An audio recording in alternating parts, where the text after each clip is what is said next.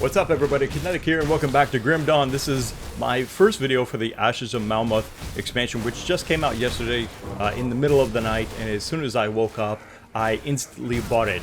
It's an instant buy, especially at the price. It's only, what is it in American dollars? I think it's like $17.99. It's a very reasonable price. And I'm going to quickly go over the features of what this game offers, and then we're going to get into some gameplay. I'm going to continue off with the commando that I used in the Road to Ultimate Face Tank series. In other videos I will be making a necromancer and inquisitor, which is going to have to start at the very beginning, but I wanted to go ahead and continue with the commandos, that way we can jump into and see the new areas and stuff like that. Quickly going over the key features. So now we have a new level cap that goes up to 100. As soon as I learned about the level cap, well, I probably already knew that beforehand, but going into the commando, I knew that it wouldn't make a lot of sense for me to grind my ass off to find all of these awesome legendaries, because with the level cap, we're going to be getting better gear anyway, so, you know, there's that. But of course, we've got two new classes that we can unlock for the masteries, the necromancer and the inquisitor, which is going to make for all kinds of crazy new combinations. With the dual class system, being able to take, for example, a soldier and an inquisitor, or an inquisitor and a shaman, or something like that. You're going to be able to do all sorts of really cool things there. Got two new story chapters, which doesn't sound like a lot, but considering how some of the vanilla games chapters could be quite long, I'm expecting a pretty lengthy new campaign run here. We've got the illusionist. I talked about this in a previous video. It's essentially the transmog feature that you might expect from World of Warcraft, where you could be able to pick your helmet, your chest, or whatever, and then change the look of it to something else that you have unlocked, which is great because I'm tired of my characters looking like clowns. We got new environments, of course, to explore as we go into new areas, 4 new factions to grind out reputation for, 14 new constellations, which is huge. I mean, talking about new awesome combinations for builds and stuff like that with the masteries, the 14 new constellations is massive. That just blows open wide the potential for all sorts of fun new combinations. So I think it's going to take even the most hardcore players in the hardcore corner to find the best combinations for, you know, what min-maxing, what are going to be the best new builds now coming into this expansion. Not to mention that Crate has a tendency to nerf and buff things whenever they feel like, you know, with little warning. So, you know, it could be a while before things settle down into any kind of like new meta or something like that. We've got, of course, tons of new items. What ARPG is complete without loads of new items? They say hundreds of new items here on the Steam description page. New skill modifiers on equipment. We'll go over that as we approach it. It's tough to explain just by me saying it. We got new nemesises and super bosses, some of which that have to be summoned by sort of performing a certain pattern maybe, or quest or something like that of activities to unlock access to them. Similar to vanilla, you had to find secret hidden areas and secret bosses and stuff, which is cool. We've got also some free content coming up as well for those of you that don't even have the Ashes of Malmouth yet. There's going to be a new roguelike dungeon coming up and a free update to the game shortly after the release of the expansion.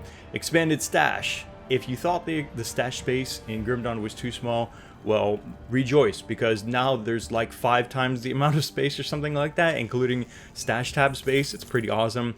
And this is also very interesting. Reset your attributes and mastery bar. There is a new type of potion that allows you to reset your attributes. You can speak to the spirit guide to unlearn the mastery bar down to 1 point. So I know that the super hardcore old school ARPG players are going to boo and hiss at this, because they like the commitment and the consequences that players face to learn, you know, what's good and what's bad and stuff like that. But again, talking about like buffing and nerfing things and stuff like that, if Crate decides that they're going to severely nerf or severely buff things for certain builds or something like that, and players have already dedicated themselves to setting their attributes and masteries this way, I think it's only fair that they get a chance then to re-envision and make adjustments based on what Crate is making adjustments to, right? It shouldn't be up to then the player to remake their entire character, right? Because Kraid decides to super nerf or super buff or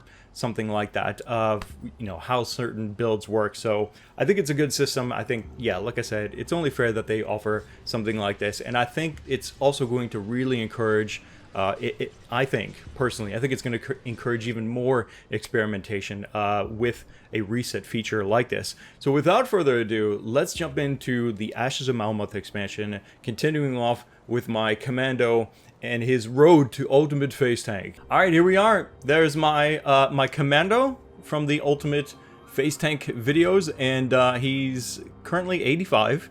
We're in Ultimate difficulty, and I'm rocking a couple of legendaries that I found along the way. And it's pretty good. It's not amazing. I'm going over this for those that have never seen this character or the Road to Ultimate Face Tank videos. It's got a couple of weaknesses, including ice and lightning, but for the most part, my resistances are pretty good. It's just a shame that my character is ugly as hell, especially with this god-awful sword, which is the worst. Going over my my soldier and my demolitionist, you can see there's basically a layout of what my masteries are like currently. Heavily invested into soldier, not so much into the demolitionist, and I'll be honest, it's been a while since I've gone and played this character, so I could hardly remember what my constellations were like, but it looks something like that. We can actually see down here we've got things like Blind Fury down there in the, what is that called? The Oleran Targo's Hammer here in the Anvil. What else do I got going on here? It's been a while.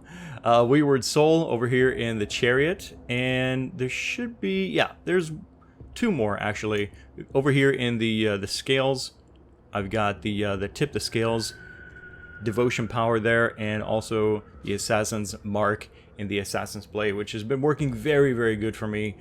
When I call it the Ultimate Face Tank or the Road to Ultimate Face Tank, I don't literally mean that it is by far, hands down, undisputed, like the best face tanking build, but damn is it good. I mean, there's been very, very few situations where I couldn't basically sit there and face tank whatever enemy came my way. But we are overdue for this. This is one of the things I'm most excited for, the Illusionist feature, right? So the cost of this is basically simply iron. Thank God they didn't make us like go find materials or something like that to make this happen. And I haven't done this yet, so bear with me as I kind of experiment around with it. I really like the look of the Markovian armor that I'm currently wearing. The shield, the coat looks amazing. So we're gonna kind of base things around that. I think that looks ridiculous. That looks pretty cool. That looks pretty cool. That looks cool too, but unfortunately the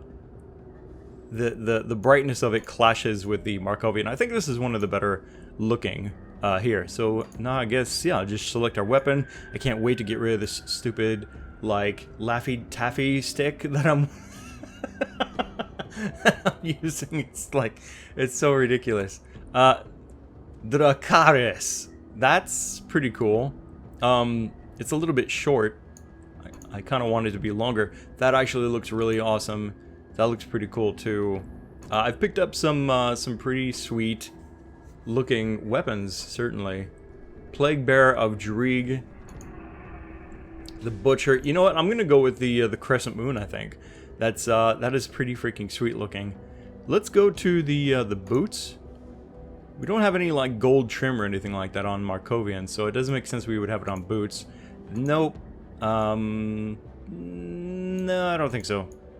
That's probably the best that we have right there currently. I was honestly expecting that there would be more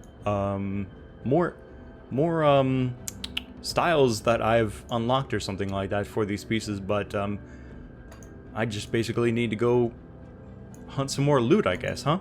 And then for the pants, you know, that looks pretty good. We can go with that, or we could go with what is this?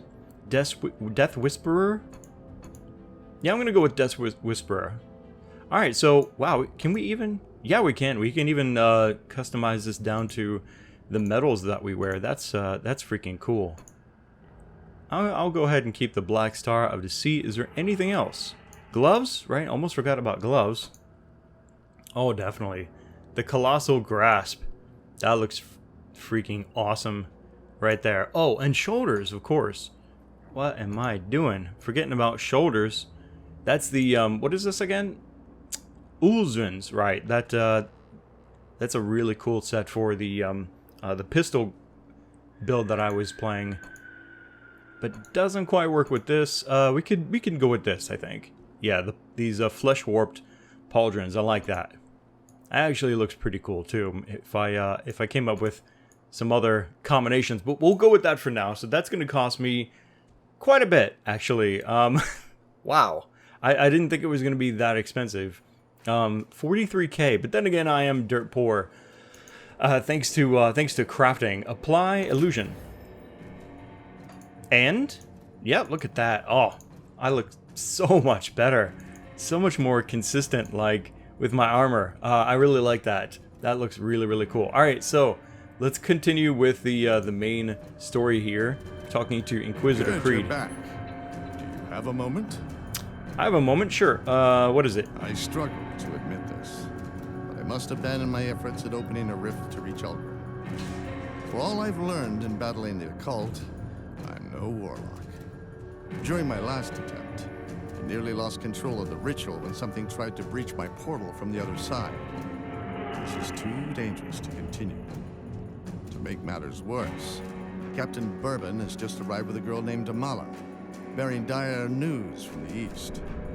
While we struggled here to stop the Chthonians from unleashing terror and madness upon the world, the Aetherials have been far from idle.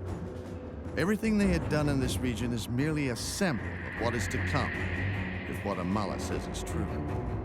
As much as it pains me to say this, our plans to rescue Ulgrim are secondary to this rising threat in the fallen city of Malmouth. The passage north from Burwich is quickly closing as the Aether fire consumes everything. But perhaps we can accomplish both goals at once. You see, the Luminari have long been aware of a coven of witches hiding out to the north of Burwich, using the treacherous territory to deter pursuers. The witches will know the lay of the land and should be aware of any paths that remain through the Aether fire. And I have hopes that they will be able to do what I could not, reveal where the Loghorian has taken Ulgrim. I would go myself, but I doubt the arrival of a high-ranking Inquisitor will be looked upon kindly within their circle, and I am needed in Devil's Crossing. I know that you have suffered much already in the defense of humanity, but you are the only one who can trust with this. Take my pendant and travel north from the Burwich estates.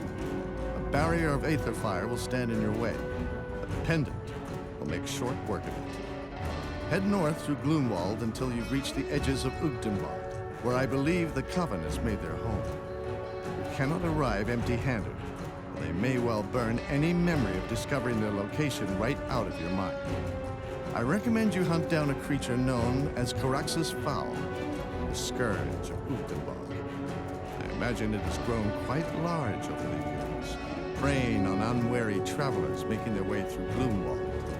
Find the beast within its waterside lair in Gloomwald, and bring its heart to the Coven. I'm sure they'll find some nefarious use for it. But we must overlook that in light of our situation. Show them this keepsake of Ulgrim's and find us a way to Malmouth. We will be awaiting your signal.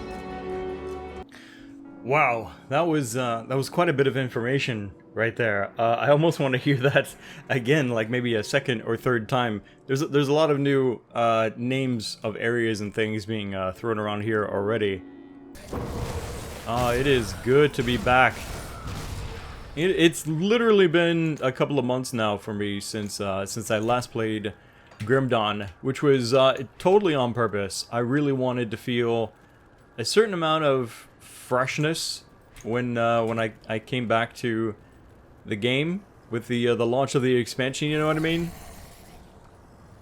Get kind of fresher eyes on the game, and it feels good to be back. Same thing with almost all our ARPGs that I play. I take a break for a while, maybe a couple months or something like that, from Path of Exile or Diablo 3 or something like that. And when I come back, I'm reminded of why those games are as good as they are. You know what I mean? Going back and forth between ARPGs like that has a really powerful effect like that for me.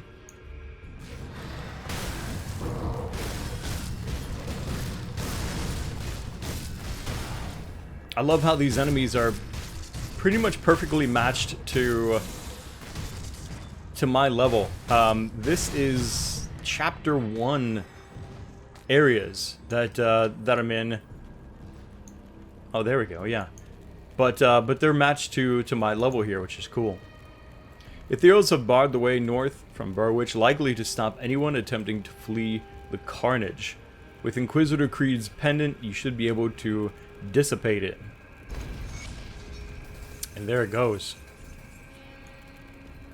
The fight continues. Oh, so does the lag. What the hell? What the hell is that? That is bad. That is what that is. Dude, seriously? Hold up. Hold up. This guy... He's like the... What is he? Like a DPS check? A gear check?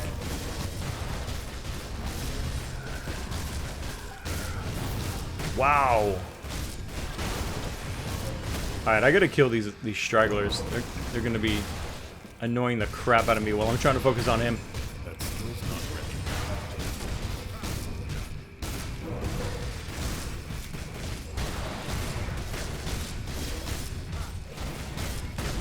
But the road to ultimate face tank continues as well. Look at this. Nothing shall stand in my way, and I shall not run. Mythical Razor Leaf Glaive. Ah, it's a two-hand. Okay, that's why we're seeing the green numbers. This is a sword and board build. So as much as I would love to play with two-hand weapons more, it doesn't make a lot of sense for me to. What the hell is that?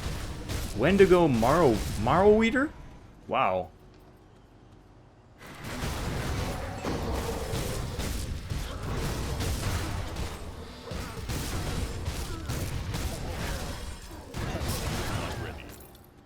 Nice, nice. Gotta make sure I click on everything. Anything that can be clicked should be clicked, because it could be potentially new loot inside. Logs, bodies, click everything. Everything could be your next upgrade coming from that. That skill's not ready. Here we go, a couple of breakables there.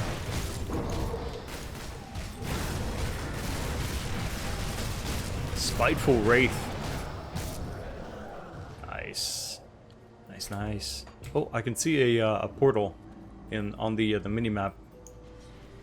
There we go, we got a new portal unlocked. Excellent. Man, this area is beautiful, though.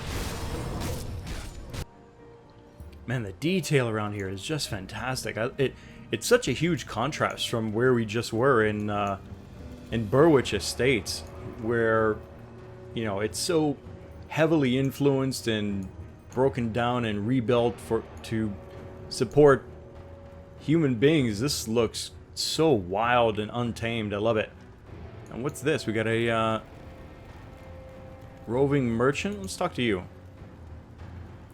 Take heed, traveler. The Wendigo spirit is strong in these parts. Yeah, I think I discovered a few on the way.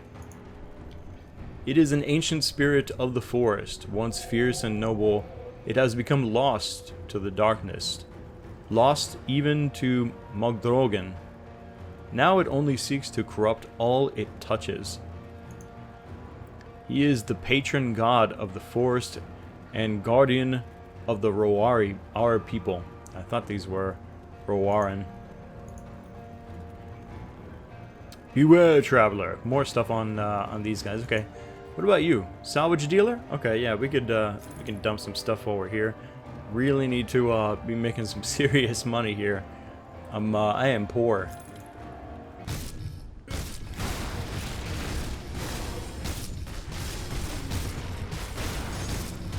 Dude, these are some of the wildest enemies I've ever seen in Grim Dawn. The crazy, like thorny vines that they summon out of the ground look so freaking cool, and hurts like hell. I'm pretty much overcapped, aren't I? Yeah, a little bit overcapped on poison, but I'm taking so much freaking damage. Oh, these are the carnivorous. Oh, okay, these are the carnivorous plants that she was talking about, Miss Corvin.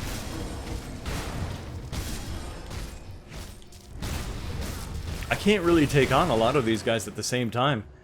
If I try to take on the entire pack of them or whatever, pull a bunch of them, they'll wipe me out with their freaking poison. That looks so cool though. What the hell?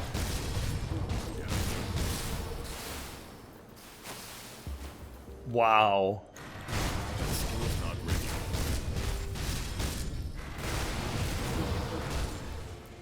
These guys, these overgrowths, these are the worst. Look at that! That freaking attack skill they use is unbelievable. Ow, ow, ow. Okay, the poison's starting to hurt like hell. I don't know if I'm standing in something or what. Sometimes I gotta make a slight tactical retreat. Eesh. Hey, I'm just fighting way too many things right now. I gotta take out the little guys, the squishies, these plants, for example, and then I can focus on these guys, the bogs, or the overgrowths. I mean, here's another one. I'll die already. There we go. Oh, we got two with that. Nice. Ooh. Oh man, what did I pick up? What was that? Ugnin Bloom. For having such vibrant colors, it emits a truly rotten stench.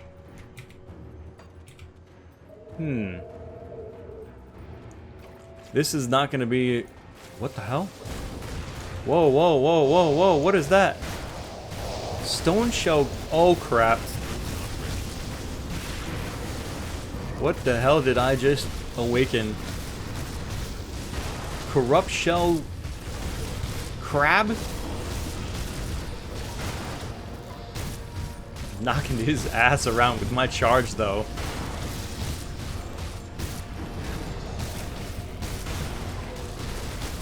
Oh, what's up? What's up, dude? Get wrecked.